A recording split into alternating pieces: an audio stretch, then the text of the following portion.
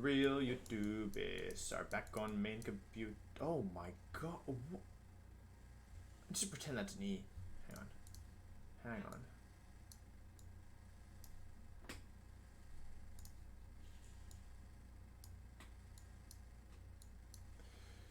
Back on main computer. I don't know why I specified that. No. This is Venn diagram. What? Oh, sorry. What? Hello. I thought I'd take a second just to show off a new setup, just so you guys know when I don't have to change what it'll look like. It's just my room. Now my bed's behind me instead of parallel to me. But yeah, anyway, hello. So basically, I woke up this morning, as I do every morning. Well, I do not always morning, but when I wake up, you know what I'm saying? And there was some very exciting new news that I wanted to share with you. Now, doubtless, I haven't spoken very much. Without a doubt, I'm sure some of you are already aware of this, but I kind of wanted to talk about the announcement and kind of give my thoughts on it, and yeah, just share it with anyone who hasn't seen it already. So, I am, of course, talking about the Players' Cup 2 was announced this morning. I saw some people talking about that they were disappointed that it wasn't called Electric Boogaloo. That's fine. Can't win them all. Can't win any of them. But yeah, here's the article. I will read it to you because it's important to read out loud sometimes. The Pokemon Players Cup 2 starts in September 2020, featuring Pokemon TCG and video game events. Find out what you need to know to participate in or follow along with the tournament. Here's the details, basically. The Pokemon Players Cup 2 online tournament is just around the corner, taking place September through December of 2020. It's an exciting opportunity for Pokemon trainers around the world to pit their knowledge and skill against one another in a battle for prizes, glory, and bragging rights. Participation in the Pokemon Players Cup 2 is open to all Masters Division players, and the tournament will take place entirely online. So, let's kind of dissect this. Players Cup 1 happened starting in July of last year. Of right around the corner, and it finished in August. It was, it was an online tournament. It has 3 stages. It's going to be the same thing here, so we'll get into that. Some things worth noting, you have to be in the Masters Division in order to play. What that means is that if you're under... It's an approximation. Basically, if you're under 15, you pretty much can't play. The cutoff is in January. It's by birth year, not by, actual age. So, yeah. So if you're a senior or junior, if you're in those divisions, you cannot play. Or you can't compete, at least. You can probably play in the Wi-Fi tournament, although you won't be counted for final rankings. Anyway. It's entirely online. This is not a live event. This is an online tournament. It's kind of, this is the replacement for, I guess, live events. It's not the same at all, but it's still nice to kind of fill the void. The Pokemon Players Cup 2 will comprise 2 separate competitions, one featuring the Pokemon trading card game and one featuring the Pokemon Sword and Pokemon Shield video games. A Pokemon Tournament DX event will not be included in this tournament, but we hope to include Pokemon Tournament DX again in a future event. So, no Pokemon, there is both VGC and TCG. Eligible competitors can earn their places in the region qualifiers through qualifying events. To participate in these events, players must have a Pokemon Trainer Club account and have a player ID by September 21st at 10 a.m. Pacific. Okay, so last time, I left this to the last second and almost didn't make qualifiers. So do this. Do this right now if you don't already. Make sure you have a player trainer club account. Because I didn't check, and then because I assumed I had one because I'm world champion. Turns out I don't have one. Or if I had one but it wasn't linked to my game or something. So yeah, make sure you do that. Pokemon TCG players also need to have logged into the Pokemon TCG online with a player ID attached to their PTC account between June 21st and September 21st to participate. So if you're a TCG player, do that.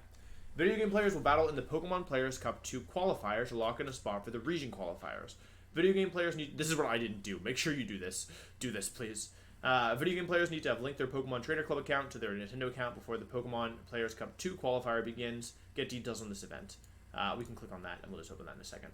Pokemon TCG players will compete in tournaments during a qualification period in the Pokemon TCG Online. We've added new features to the Pokemon Trading Card Game Online to enhance players' experience. Eligible players will automatically have 50 tournament keys delivered to their Pokemon TCG Online account before the start of the qualifier period, which runs from September 28th to October 26th.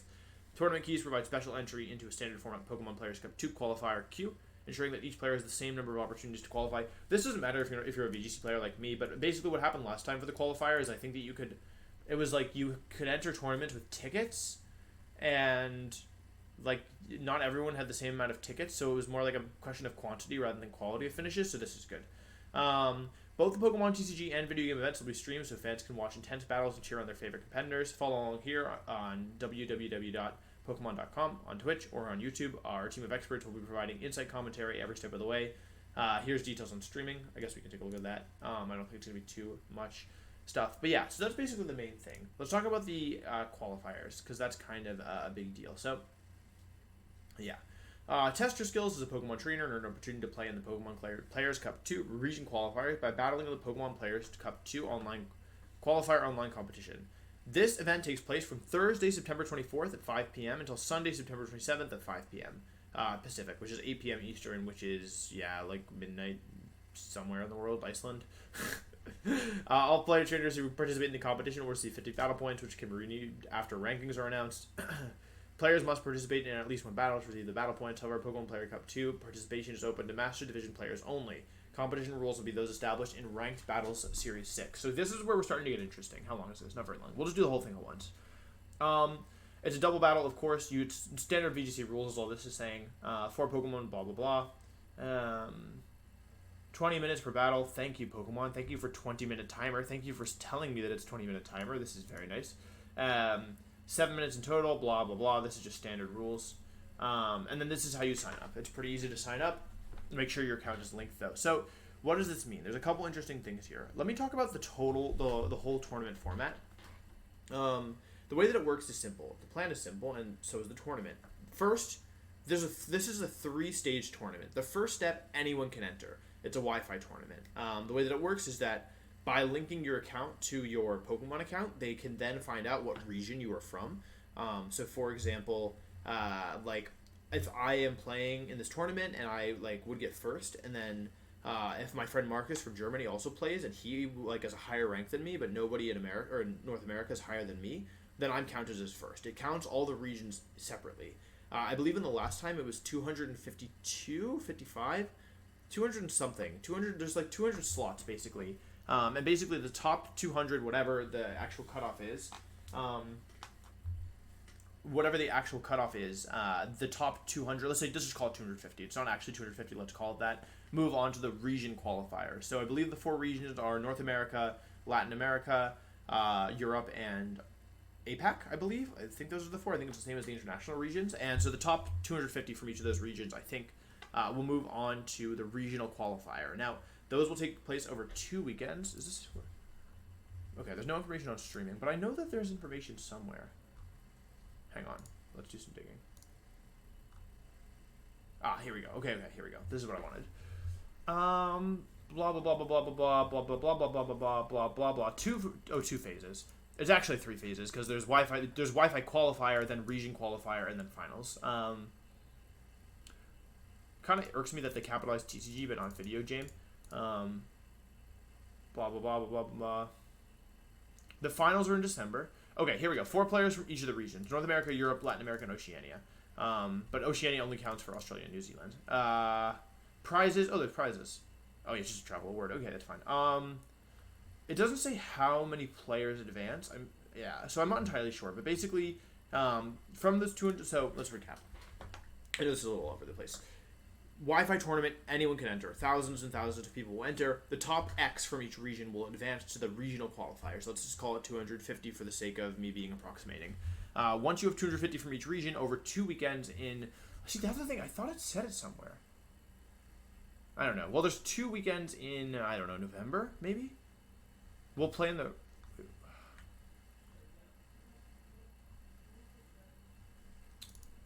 I thought it said it somewhere.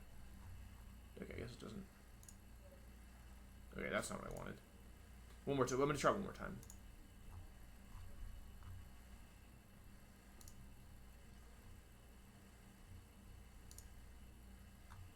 Alright, I give up. I can't figure it out.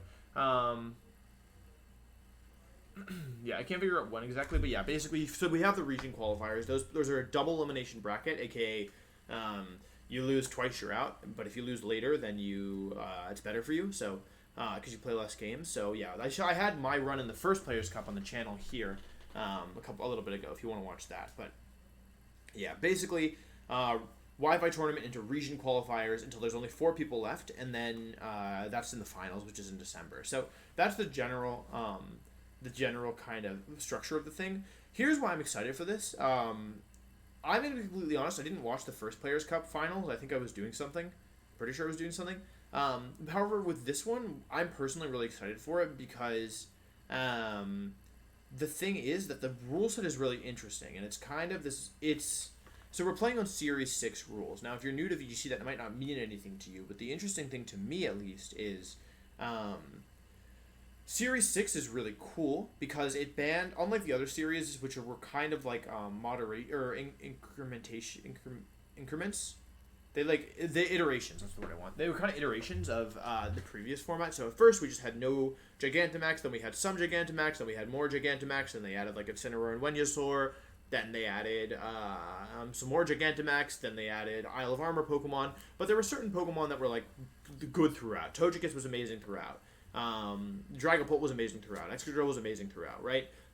These Pokemon were like, they were always like there, and in Series 6 the top 10 most used Pokemon were all banned, and we haven't really had that many tournaments. There were some Series 6 tournaments already, but I'm interested to see how something like this, which is a Wi-Fi tournament followed by a double elimination bracket, I think that there should be some really interesting stuff because to me, I mean, I've only played a little bit, but the metagame doesn't feel anywhere close to solved. In fact, I think that people are still figuring out what's good and what's bad, personally. So so I think that this should be a very interesting tournament to watch, just because some completely off the wall team could do well, and I wouldn't even be surprised because like the Pokemon that we knew were good are now gone, and that changes a lot of how teams and Pokemon interact with each other. Like, you guys have seen that I've had a lot of success with Weezing, which was not good at all before.